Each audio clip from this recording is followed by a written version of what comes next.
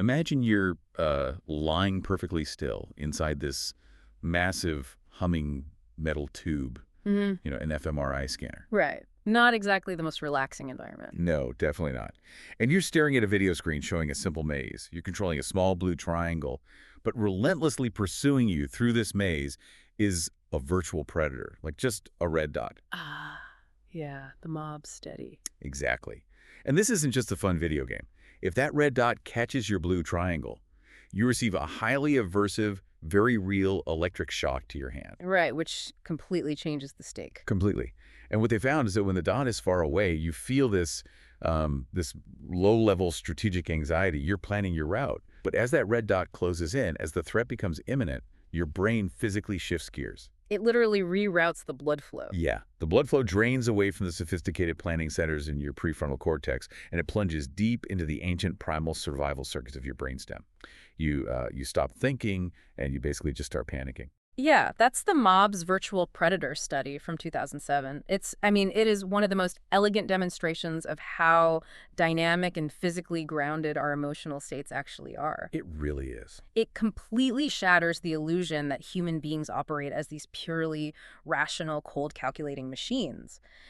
We love to imagine our cognition, our memory, our attention, our decision-making as this pristine software running on a computer. Right, like we're totally in control. Exactly. But the biology tells a very different story. The emotional hardware is constantly, actively hijacking the system. Which is exactly why we are diving back into this topic today. For those of you who were with us for the first part of this deep dive, we spent a lot of time down in the basement of the brain. We did. A lot of time on the amygdala. Yeah, that tiny almond-shaped structure deep in the temporal lobe. We broke down how it acts as the foundational engine of learned and innate fear.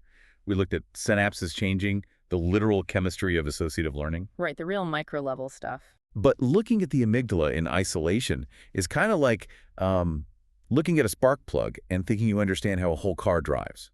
So today, our mission is to scale up. We need to look at the whole network. Exactly. We are tracing those connections outward. We want to see how these deep subcortical survival states project up and out to manipulate the entire mind. We're going to map the sprawling cortical networks that govern the messy reality of human social emotions. And we'll look at the cutting-edge functional neuroimaging that proves all this. Yes, and ultimately, we're going to try to answer the most profound question of all. Why did biological organisms evolve to actually feel anything in the first place? It's a massive agenda, but it's fascinating. And to start, we really have to look at how pervasive the amygdala's influence is. Let's look at declarative memory. Okay, so declarative memory, this is your conscious recall of facts and events, right? Right, things you can explicitly state. And this relies heavily on the hippocampus and the surrounding structures in the medial temporal lobe. Got it. Now, the amygdala maintains these massive direct projections into the hippocampus, specifically the CA1 region, as well as the prefrontal and sensory cortices. So they're physically hardwired together. Very heavily hardwired. So during a highly emotional event, the amygdala activates and basically starts dumping modulatory signals into those areas. And it isn't just a passive alarm bell. What is it doing then? It physically alters the synaptic plasticity that's occurring in the hippocampus in real time. It actually lowers the threshold required for long-term potentiation. Wait, so it makes it biologically easier to form a memory in that exact moment? Exactly. It's essentially a biological highlighter pen. The amygdala is screaming at the hippocampus, hey, this exact moment is critical for our survival. Permanently etch this into the hard drive. That perfectly explains flashbulb memories, doesn't it? It does. It's the exact mechanism. It's why you can remember, like, the exact smell of the air, the angle of the light, the clothes you were wearing during a terrifying car accident or a profound personal tragedy from 10 years ago. Right. But you have absolutely zero conscious memory of what you had for breakfast last Tuesday. Because Mundane Tuesday completely lacked the emotional arousal necessary to, alter the strength of that declarative memory trace. The amygdala was quiet, so the hippocampus didn't bother saving the file. Precisely. And we can actually see these two systems operating in parallel when we look at patients with specific focal brain damage. This is where we see a really striking double dissociation. Oh, the double dissociation. Right. This is where the clinical data gets really strange. Break this down for us. Sure. So imagine a patient who has sustained bilateral damage to their amygdala, meaning both the left and right sides are destroyed. But Their hippocampus is perfectly intact. They show a very specific, very strange deficit. If you subject them to a classical fear conditioning experiment, say pairing a blue light with a horribly loud, blaring horn, they will never develop the conditioned physiological response. So their palms won't sweat when the blue light turns on. Right. The implicit emotional learning is just gone. Yet because their hippocampus is completely intact, they can explicitly tell you, hey, whenever that blue light comes on, you're going to blast that awful horn. That is so wild. They have the explicit declarative memory of the rule, but absolutely no physiological emotional response to it. Exactly. They know the fact, but their body just doesn't care. Now, flip the scenario entirely. Okay. So someone with hippocampal damage. Yes. A patient with severe hippocampal damage, maybe from anoxia, but they have a perfectly intact amygdala. They undergo the exact same experiment. With the blue light and the horn. Right. Now, when the blue light comes on, their autonomic nervous system absolutely spikes. They exhibit a full-blown fear response. Their skin conductance shoots through the roof. Because their amygdala learned the association. Yes. But if you ask them why they are suddenly so nervous, they have absolutely no idea. Because the hippocampus can't recall the training. Exactly. They have no conscious, declarative memory of the conditioning experience at all. Their body is terrified of the blue light, but their conscious mind is completely in the dark. Wow. It just proves that we are running multiple parallel learning systems all the time. And they don't always talk to each other perfectly. They definitely do not. And it isn't just our memories being manipulated by emotion. It's the choices we make right now in the present moment. Right, decision making. Because if I'm sitting down to make a financial decision, I feel like I'm using cold logic. I'm weighing risk, effort, expected value. But value isn't a fixed law of physics, is it? Value is actually highly fluid. It is heavily, heavily modulated by emotional context. I know behavioral economists talk about this constantly with the framing effect. Yes. Let's actually test this right now. I'll give you a choice. I can hand you a guaranteed $5 right now. Or you can take a 50% chance of winning $10, but a 50% chance of getting absolutely nothing. I'm taking the guaranteed $5 every time. I don't want to risk walking away with nothing. And most people do exactly that. In that scenario, which is framed as a win, human beings are overwhelmingly risk-averse. We like a sure thing. We do. But the underlying mathematics can be totally manipulated simply by changing the emotional frame. Let's change the scenario. I tell you that you are definitely going to lose money today. Okay, I don't like this game anymore. Just stick with me. You can either accept a guaranteed loss of $5 right now, or you can take a 50% chance of losing $10, but a 50% chance of losing nothing. Oh, I'm absolutely taking the gamble. Yeah. I hate the idea of just handing you $5 for sure. I will risk losing 10 just for the chance to escape without losing anything. Right. But here's the thing. The objective mathematical expected value in both those scenarios is perfectly identical. It's the same math, but my behavior just flipped entirely. It did. You became risk-seeking when the choice was framed as a loss. The psychological aversion to a guaranteed loss is so emotionally painful that it completely overrides rational mathematical calculation. And we can see this happening in the brain, right? Yes. When researchers put subjects inside an fMRI scanner and have them play these exact economic games, the amygdala lights up in direct correlation with this irrationality. So the amygdala is driving the bad math. Exactly. There is a huge surge of amygdala activation when subjects choose the sure amount in the win frame, and there's a similar surge when they choose the risky gamble in the loss frame. So the amygdala is sitting there, actively participating in evaluating how much this choice is going to hurt or feel good, and it's heavily biased by the emotional content. It's evaluating biological salience, yeah. It's almost like you're trying to use your prefrontal cortex as a GPS system to navigate the most efficient route through a city, but suddenly an ambulance with a blaring siren pulls up right behind you. That's a great analogy. The amygdala is that siren. It doesn't matter what your logical pre-planned route was. That massive emotional signal forces you to pull over, scrap your plans, and react to the immediate environment. And the neuroanatomy supports that override capacity perfectly. The amygdala maintains extensive direct connections with widespread modulatory systems all over the brain. Like dopamine and serotonin. Yes. The dopaminergic, noradrenergic, serotonergic, and cholinergic nuclei located down in the brainstem and the basal forebrain. So it can trigger all of them. It can. When the amygdala detects a highly salient stimulus, it triggers these nuclei to basically flood the cerebral cortex with neurotransmitters. Just bathing the cortex in arousal chemicals. Exactly. And this rapidly alters your state of physiological arousal, forcing your cortical attention networks to abandon whatever cognitive task they were engaged in and focus entirely on the threat or the reward. Which brings us perfectly to patient SM. Because if you want to understand how emotion directs attention, you really have to look at what happens when that siren is permanently disconnected. Yes, the case of SM is fundamental to affective neuroscience. So SM had this very rare genetic disorder, right? Urbach-Wiethe disease. And it resulted in bilateral lesions that completely physically destroyed her amygdala. Both sides, yes, calcified and destroyed, but importantly, leaving the rest of her cortex completely functional. Right. And she's famous in the literature for being completely unable to experience internal fear. You could, like, show her live snakes, take her to haunted houses, show her horrific horror movies, and nothing. Zero autonomic fear response, no elevated heart rate, no sweating. Her deficit in subjective fear is profound. But her perceptual deficits reveal even more about the mechanics of how attention actually works. SM is severely impaired at recognizing fear in the facial expressions of other people. Which is a huge social handicap. Huge. But wait, if I'm looking at someone who's terrified, what is the universal visual cue I'm looking for? It's the eyes, isn't it? Wide eyes. Specifically, wide exposed sclera, the white part of the eye. From an evolutionary perspective, it is the most robust cross-cultural visual signal that a conspecific is experiencing fear. Because wide eyes indicate they're actively scanning their environment for a physical threat. Exactly.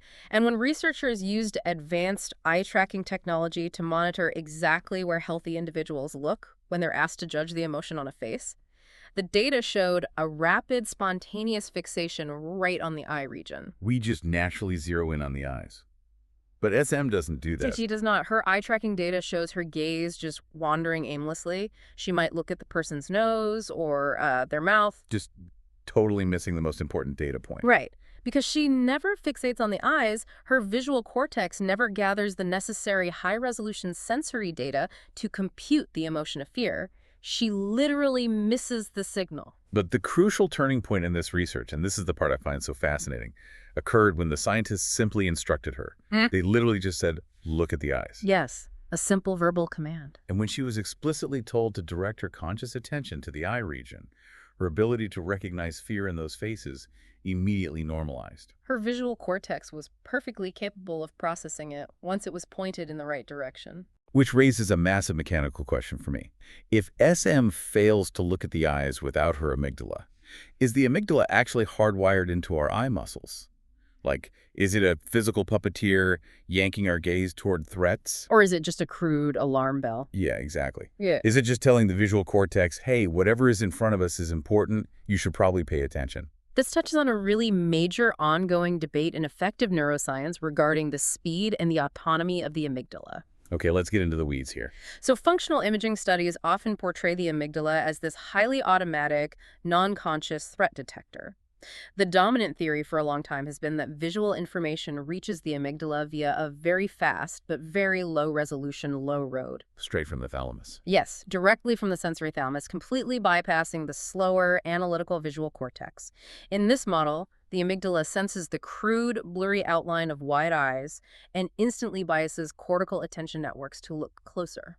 So it is kind of like a reflex in that model. But there is conflicting data, right? There is very strong conflicting data, specifically from single neuron recordings taken directly inside the human amygdala. Wait, how do they get electrodes deep inside a living human amygdala? These are typically gathered from epilepsy patients who are awaiting surgery.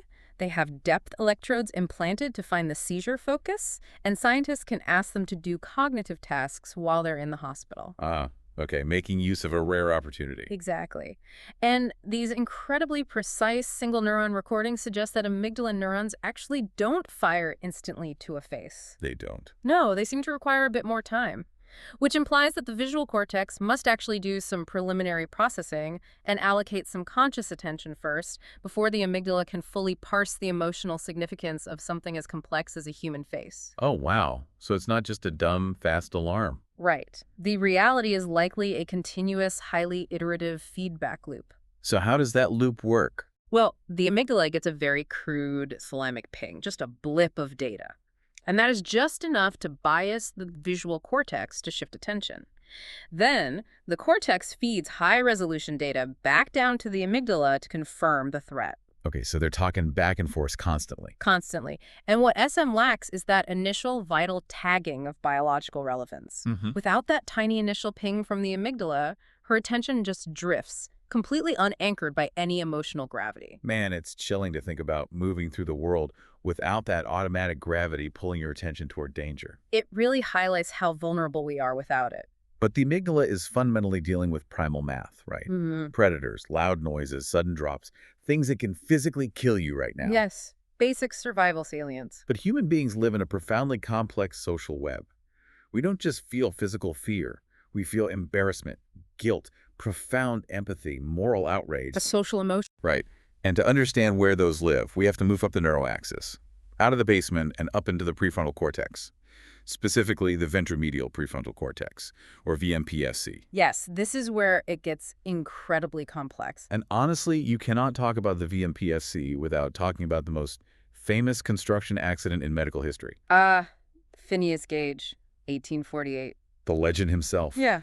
So he was a railway construction foreman, known for being this very polite, industrious, socially responsible guy. A model citizen, by all accounts. Right. And while he was using a heavy iron tamping rod to pack explosive powder into a rock face, a spark prematurely ignited the charge. And the explosion drove this 3-foot, 13-pound iron rod directly up through his left cheekbone, behind his left eye, and completely out through the top of his skull. It's astonishing he didn't die instantly. And he didn't just survive, he was reportedly sitting up and talking to the doctor minutes later. His physical survival was miraculous, particularly before modern antibiotics and neurosurgery. But what made Gage a cornerstone of neuroscience wasn't that he lived. It was the specific nature of his behavioral changes. Because the rod took out a very specific piece of hardware. It cleanly obliterated a massive portion of his ventromedial prefrontal cortex. Now, following his physical recovery, doctors tested him. His intelligence, his memory, his language, and his motor skills were all surprisingly intact. He could still walk and talk and do math. Yes, but his personality was completely destroyed. He became incredibly impulsive, highly profane, impatient, and he was completely incapable of anticipating the social consequences of his actions. His friends famously lamented that he was no longer Gage. He fundamentally lost the ability to navigate the social world. And the Gage case provided the very first undeniable neurological evidence that the prefrontal cortex is the seat of social and emotional regulation. So what does that look like today? I mean, we study modern patients who suffer focal lesions in this exact same territory, right? Yeah, we do. We see patients who have strokes or tumor resections in the VMPFC. Specifically, we're looking at Brodmann's areas 12, 11, 10, 25, and 32. Okay, a very specific network. What is that region actually doing? This region is a massive integration hub. It receives highly processed sensory and cognitive information from the outer layers of the cortex, and then it sends dense, command-like projections back down to the amygdala, the hypothalamus, and the brainstem. So it's a bridge between high-level thought and low-level bodily reaction. Exactly. So if I sat across from a modern VMPFC lesion patient having coffee, would I know something was wrong with them? Honestly, in a casual 10-minute conversation about the weather or sports, you likely wouldn't notice a thing. Really? Yeah. Their IQ is perfectly normal, their logic is sound, but over time, the real-world fallout of their condition becomes devastating. They experience a severe blunting of all social emotions. So they don't feel empathy when others are in pain? No. And they do not experience the visceral pang of guilt when they lie or cheat. Consequently, they lose their jobs, they alienate their families, and they frequently make disastrous financial and personal decisions. Because there's no emotional brake pedal. Their behavior often strongly mirrors the clinical presentation of developmental sociopathy. But the crucial difference here, and this is what blows my mind, is that they still conceptually know right from wrong. Like, if you give them a written test on societal morality, they pass with flying colors. Yes, this is the phenomenon of knowing without feeling. They can intellectually articulate societal rules perfectly. They understand the threat of punishment and the definition of moral responsibility. The semantic knowledge is completely intact. Exactly. But the brain fails to assign any motivational value to that knowledge. And we can physically measure this disconnect in the lab. How do you measure that? Well, if you sit a healthy person down and show them a series of highly disturbing or graphic photographs like crime scenes or mutilations, their autonomic nervous system reacts instantly. Yeah, I would feel sick. Right. Your heart rate spikes and you produce a skin conductance response. That's the microscopic sweating on the palms. Yes. Driven by sympathetic nervous system arousal, your body reacts to the horror of the image. But if you test a VMPFC lesion patient, they will look at that exact same graphic photo and flawlessly describe its terrible contents. They'll say, oh, that's a horrific injury. So they see it and understand it perfectly. They do. Yet the physiological monitor shows a total flatline. No heart rate spike, zero skin conductance. The autonomic response is dead. The cognitive knowledge of this is a terrible image is utterly disconnected from the bodily feeling of aversion. It's like the ventromedial prefrontal cortex is acting as a translator. Your translator. Yeah. On one side, you have this massive legal rule book of society in your cortex. Yeah. All the facts you've learned about what you should and shouldn't do. Okay, I see where you're going. And on the other side, you have your body, your visceral gut reactions. Without the VMPSC to translate the rule book into a physical sensation like getting a pit in your stomach when you think about stealing something, the rules are just empty words on a page. They have no actual power to stop you. That is a very accurate way to conceptualize it. The VMPFC is the translator. And this leads us to a profound developmental observation. Okay, what's that? You might logically assume that if a patient suffers damage to this region early in life, say as a toddler, they might recover better. Sure, because young brains possess much greater neuroplasticity. The brain usually finds a way to rewire itself if the damage happens early enough. Right. But in the case of the VMPFC, the exact opposite is true. Wait, really? Yes. Patients who sustain early life lesions display social and moral deficits that are far more severe and far more intractable than those who acquire lesions in adulthood. Why would it be worse for a kid? Think about your translator analogy. An adult who loses their VMPFC at age 40 at least had decades of healthy brain function to build up a massive reservoir of explicit cognitive strategies. They have deeply ingrained factual knowledge about how they should behave, even if they can no longer feel it. Oh, I see. They can kind of fake it based on a lifetime of memory. Precisely. They have the rule book memorized, but a child with early damage is trying to learn the rules of society with a completely broken value system from day one. Wow. Because they never experienced the physiological sting of guilt or the warmth of empathy during their formative years, they simply never acquire the foundation of social navigation. They never learn what the rules actually mean. Exactly. And this early lesion profile is intensely studied today because it provides a theoretical window into developmental psychiatric disorders. Like autism spectrum disorder. Yes. Conditions where the integration of emotional value and complex social cues is disrupted early in development. You know, that forces a really uncomfortable philosophical realization. Well, if a patient intellectually knows that an action is morally abhorrent, they can tell you it's wrong, but they do it anyway just because their body fails to produce that uncomfortable, guilty, autonomic response. Yes. It strongly implies that human morality isn't actually driven by high-minded logic. It's driven by physiological discomfort. It's a sobering thought. But the biological data certainly suggests that abstract higher logic is entirely insufficient to constrain behavior in the heat of the moment. Logic can write the rule book, absolutely, but only physiological emotional value can act as the police force to actually enforce it. Without the physical anticipation of somatic discomfort, that literal gut feeling of shame or logic is biologically impotent. It is. The body has to feel it. Wow. Okay, so we've talked about the frontal lobe acting as the translator and the enforcer, but what about the sensory cortices, the parts of the brain that actually map the physical feelings of the body? I know there's a really strange hemispheric divide here. There is. So the primary and secondary somatosensory cortices, which we call SI and SII, and the insular cortex, are the regions tasked with mapping your internal bodily state. Right, feeling your own body. And we observe a fascinating lateralization regarding social emotion here. If a patient suffers a stroke or a lesion in the right somatosensory cortex and the right insula, they present with marked impairments in empathy. Why empathy? Because they lose the ability to accurately guess the emotions behind other people's facial expressions or vocal tones. Ah, Because to understand what someone else is feeling, you have to unconsciously simulate a shadow of their physical state in your own body map. Exactly. You physically resonate with their state. That's what empathy is biologically. But incredibly, patients with comparable lesions on the left side of the brain do not typically show these specific empathetic deficits. That is so weird. It is. It strongly indicates that the right cerebral hemisphere is biologically dominant for processing, simulating, and interpreting the feelings of others. But the left side, the left insula, isn't just sitting there doing nothing right. The clinical data on addiction and the insula is wild. Oh, the addiction data is incredible. The insular cortex as a whole is absolutely vital for mapping external cues to internal states of visceral desire. Cravings. Yes, and the clearest evidence for this comes from patients who suffer damage to the insula, particularly on the left side.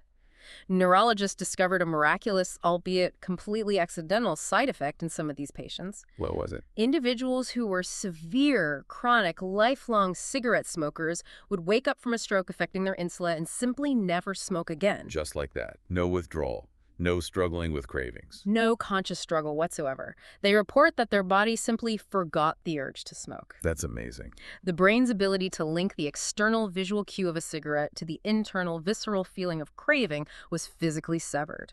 The hardware running the addiction was just unplugged. It's incredible how specific these lesion studies are. They pull a single spark plug out of the engine, and we watch exactly what breaks. Right, but lesions only show us the negative space. They show us what's missing. Exactly. If we want to see the intact, healthy brain dynamically assembling a complex emotion in real time, we have to talk about functional magnetic resonance imaging. fMRI has completely revolutionized affective neuroscience.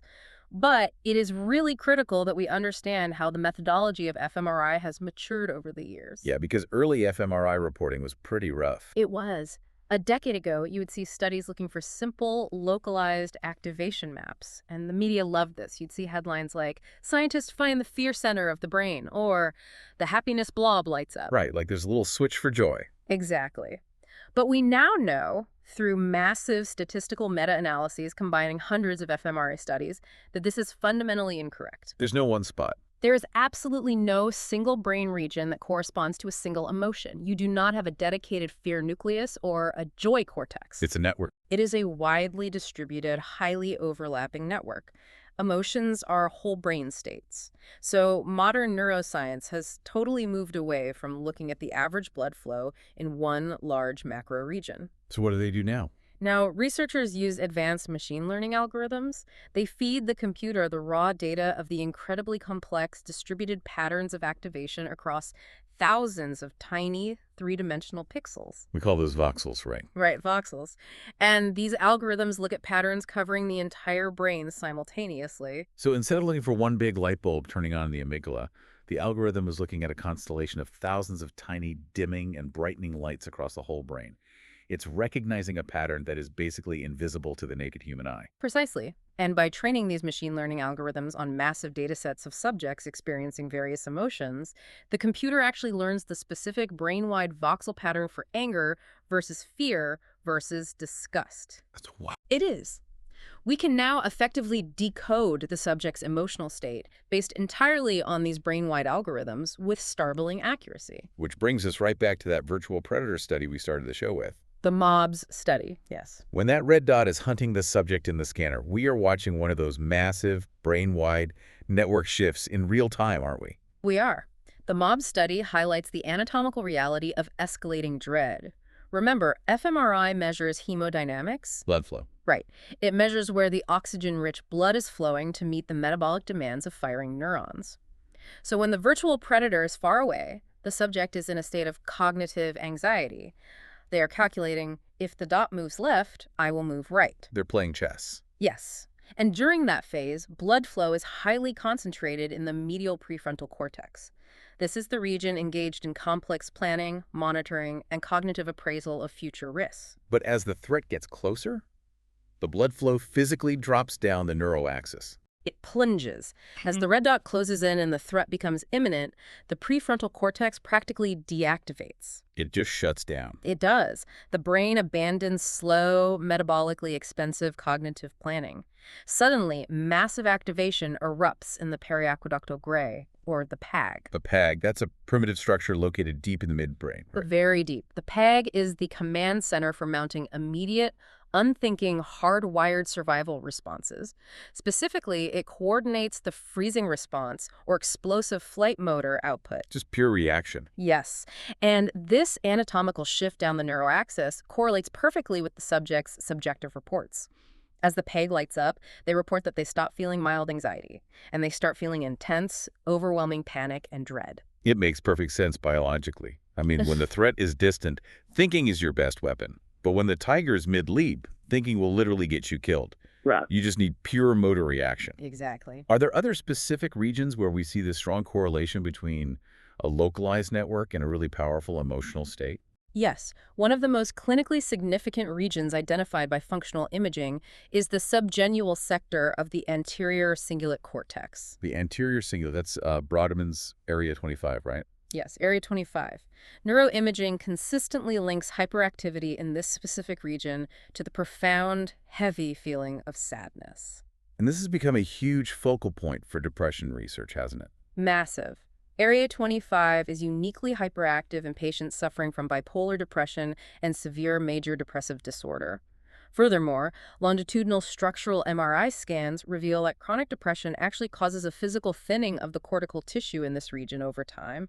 The sadness is physically eroding the tissue? It appears that way. The correlation is so robust that neurosurgeons have actually begun targeting Area 25 for surgical intervention in patients with severe treatment-resistant depression. These are patients who haven't responded to any medication or therapy at all. Correct. The most severe cases. By implanting electrodes and delivering continuous, high-frequency, deep brain stimulation directly into Area 25, surgeons can disrupt this hyperactive network. And does it work? For many, yes. Some patients report a dramatic, almost instantaneous lifting of their depressive pall right there on the operating table while they are awake. That is staggering. The idea that you can apply a tiny electrical current to a specific coordinate in the brain and instantly dissolve a lifetime of intractable sadness. It really highlights the physical nature of psychiatric illness. It does. But it also brings me to a major point of confusion. What's that? Well, wait. If a computer algorithm looks at the blood flow in an fMRI scanner, or if we measure the electrical activity in Area 25 and we confidently declare this is dread or this is sadness, aren't we just reading the exhaust fumes of a physical reaction? Right. I mean, how does a computer know what dread actually feels like? Are we measuring the conscious feeling, or are we just measuring the body preparing to run away? You have just articulated the most profound methodological and philosophical challenge in all of affective neuroscience. Yes.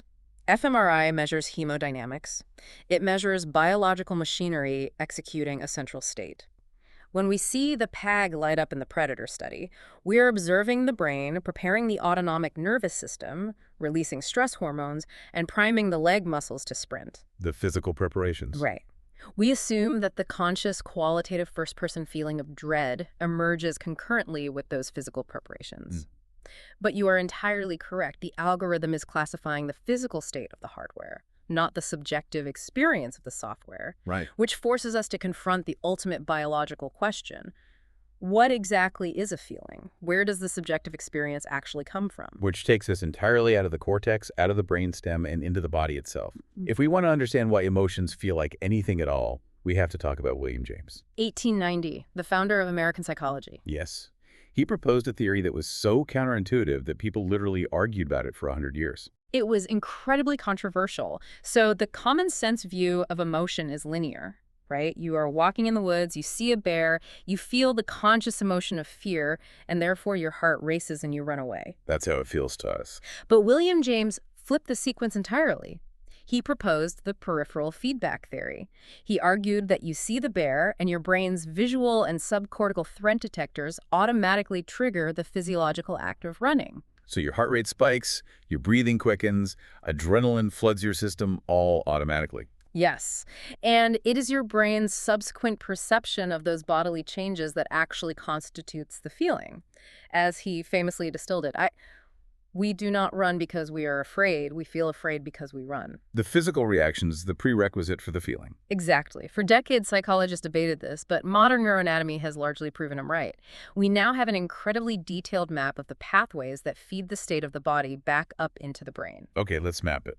How does the brain know what the body is doing? We possess this massive, continuous physiological telemetry system.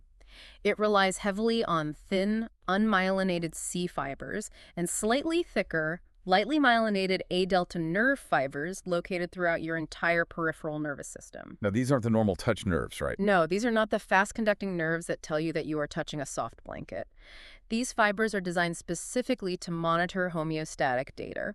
They are constantly measuring tissue damage, core body temperature, changes in blood pH, carbon dioxide buildup in your veins, and oxygen levels in your tissue.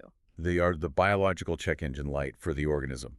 Oxygen is low, temperature is too high, cell damage occurring in the left foot. Exactly. So where does all that homeostatic data go? Those C and A delta fibers carry this critical data to the spinal cord. They enter at a very specific layer called lamina I of the posterior horn. Okay, lamina I. And for signals coming from the face and head, they enter the trigeminal nerve nucleus in the brainstem. From there, these pathways project upwards, hitting critical relay stations in the brainstem. Like what? Like the parabrachial nucleus, which controls your breathing rate, and the nucleus of the solitary tract, which monitors your blood pressure. So it's adjusting life support systems on the way up. Exactly. Then they travel up through the sensory thalamus, specifically the VPM nucleus, and finally they terminate in a massive cortical receiving zone, the insular cortex. The same insula we talked about with the smoking addiction. The very same. The insula is the grand synthesizer of all this interoceptive data. It continuously constructs a real-time, high-definition representation of the physiological condition of your entire body. It's drawing a map of your internal organs. Yes. And we can see what happens when this pathway is interrupted by looking at patients with pure autonomic failure. Pure autonomic failure. What is that? It is a rare neurodegenerative disease where the peripheral autonomic nervous system slowly dies. The brain's command centers are perfectly intact, but they no longer receive accurate, visceral, afferent information back from the body. The check engine wire is severed.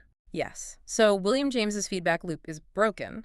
The brain says, run, but it never gets the signal back saying, the heart is racing and the lungs are heaving. Wow. So what happens to their emotional life if they can't feel their heart racing? It becomes profoundly muted. Functional imaging studies on these patients reveal a significant blunting of their emotional processes and a marked attenuation of activity in the somatosensory areas, including the insula. Because there's no data coming in. Right. Without the raw, visceral feedback from the physiological body, the subjective intensity of their emotional life degrades. They just feel numb. Kind of. They report that they still know they should feel angry or sad in certain situations. The logic is there, but the vivid physical sharpness of the feeling is gone. It becomes a purely intellectual exercise. Which brings us perfectly to the modern synthesis of how feelings actually work. Yes. The modern synthesis, which is heavily championed by neuroscientists like Antonio Damasio, proposes that the conscious experience of emotion, the actual qualitative feeling, is fundamentally and inextricably grounded in the brain's ongoing representation of bodily homeostasis. So feelings are just body maps. Yes. Emotion evolved for one primary reason: to monitor and regulate the physical survival of a vulnerable biological organism. And here is the most profound implication of that. Okay, lay it on me. Even our most abstract, beautifully human social feelings, profound compassion, intense grief, moral outrage, they do not have some separate magical neural real estate in a higher plane of the brain. They literally piggyback on the exact same somatosensory cortices and insular networks that monitor temperature, itch, and physical pain. Okay, wait. I have to stop you there. Because this is where the biology feels almost insulting to the human experience. Yeah. Because if feelings evolved strictly as a check engine light for physical homeostasis, if they were designed just to keep our blood oxygen right and our temperature stable, why on earth does social rejection or a devastating breakup activate the exact same physical pain pathways in the brain? I see. I mean, does a broken heart literally hurt because the brain is just lazily recycling old hardware? It didn't have time to evolve a separate, fancy social pain center. It is definitely not lazy recycling. It is a stark evolutionary statement of priority. What do you mean? Consider our evolutionary history. For a highly social primate like a human, social rejection is not merely a psychological inconvenience. On the ancestral savanna, being cast out of the tribe meant certain physical death. You would freeze, starve, or be eaten by predators. Exactly. The biological stakes of social isolation are identical to the biological stakes of a mortal physical wound. Therefore, the brain utilizes the ancient, undeniable, highly aversive hardware of physical pain to process social rejection. Because it needs you to fix it. Yes, it needs you to prioritize fixing your social bonds just as urgently as it needs you to pull your hand out of a burning fire. The homeostatic imperative simply expanded. It went from just regulating internal blood pH to regulating external social standing. Social survival literally became physical survival. So the brain uses the pain network to force you back into the tribe. That actually bridges the gap between raw, cold biology and human poetry, doesn't it? I think it does. It grounds our highest social experiences in our deepest biology. Incredible. Well, that brings us to the end of our deep dive. We've covered synapses, circuits, lesions, and the philosophy of feeling. Let's take a minute to synthesize the key highlights of the biology of emotion. I think the first overarching principle to take away is recognizing exactly where emotion sits in the evolutionary hierarchy of biological control. It occupies a brilliant middle ground. Between reflexes and thinking, right? Yes. At the lowest, most primitive level, you have hardwired reflexes, like your knee-jerking when struck. Reflexes are incredibly fast, but they are rigid, inflexible, and completely insensitive to context. You can't negotiate with a reflex. No. Then, at the highest level, you have slow, deliberate cognition-doing calculus, planning for retirement. Cognition is infinitely flexible, but it is metabolically expensive and dangerously slow in an emergency. So emotion is the bridge. Emotion is the intermediate evolutionary step. Emotions are much more flexible and context-dependent than a reflex, but they are dramatically faster and more stereotyped than deliberate cognition. They evolved to provide a menu of rapid, coordinated bodily responses to recurring environmental challenges. Things like predators, rivals, or mating opportunities. Right. Situations that were too complex for a simple reflex, but required action far too quickly for slow cognitive deliberation. And this is where the language we use in science gets incredibly tricky, especially when we talk about animals. The textbook emphasizes a very rigid distinction between three terms: state, feeling, and concept. Yes.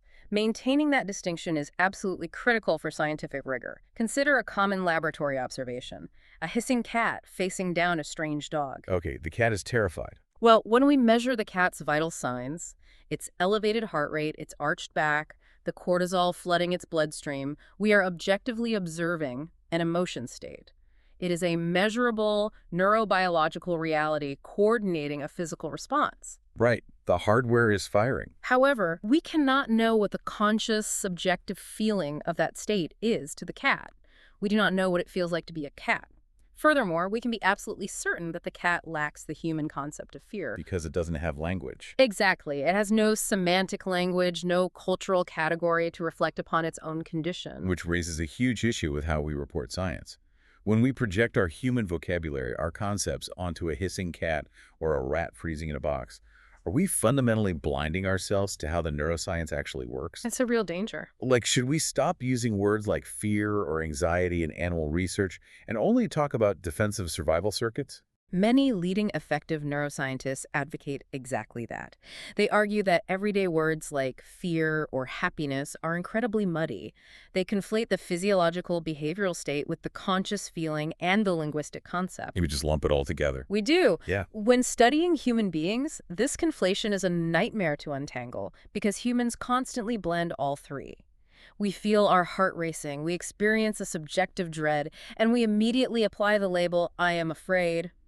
But rats don't do that. Right. So for animal models, restricting our language to terms like defensive survival circuits or appetitive approach behaviors prevents us from anthropomorphizing the data. It keeps our focus strictly on the measurable neural and physiological mechanisms. It prevents us from assuming the rat is philosophizing about its fear. But there's another major difference between the hissing cat and a human being, and it loops all the way back to the prefrontal cortex we spent so much time on earlier. The concept of honesty versus deception. Oh, yes. This is a uniquely human complication. Because non-human animals largely lack the massive prefrontal cortical expansion that we possess, their emotional behaviors are almost always honest signals of their internal neurobiological state. So a dog is growling, it means it. If a dog is growling and baring its teeth, it is in an aggressive or fearful state. Humans, uniquely, have the prefrontal capacity to actively suppress, regulate, and entirely detach our motor expression from our internal autonomic state. We can lie. We are brilliant at it. We can feel intense, boiling rage. Our heart rate can be at 120 beats per minute, yet we can use our prefrontal cortex to command our facial muscles to smile politely at our boss. Just totally overriding the somatic state. We are uniquely capable of strategic emotional deception, and this top-down regulation adds an exponential layer of complexity to studying human emotion in the fMRI scanner. It also adds a massive layer of complexity for anyone trying to replicate human consciousness. The source text mentions a really fascinating point at the end about the future of artificial intelligence and robotics. It is a tantalizing engineering problem.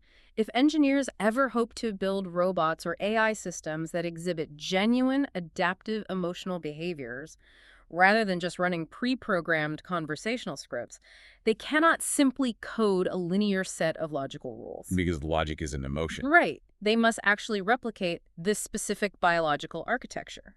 They need a combination of hierarchical control, where structures analogous to the amygdala and VMPFC act as command and translation centers, mixed with highly distributed dynamic feedback loops from the physical body of the robot. The machine has to feel its own machinery. Exactly. It is the continuous monitoring of physical homeostasis, the vulnerability of the physical system that grounds the emotion. That is an incredible thought to end on. We have covered an immense amount of ground today, from the synaptic chemistry of the amygdala altering our memories to the value-framing computations that hijack our wallets. We've covered a lot of anatomy.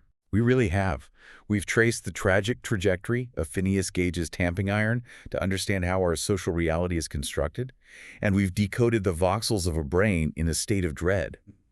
We've even mapped the C fibers whispering the status of your blood oxygen up into your insula. It's an elegant, beautiful system. It truly is. Yeah. But before we close this deep dive, I want to leave you with one final provocative thought. It builds directly on what we just discussed regarding William James, the peripheral feedback of the body, and the future of artificial intelligence. Okay.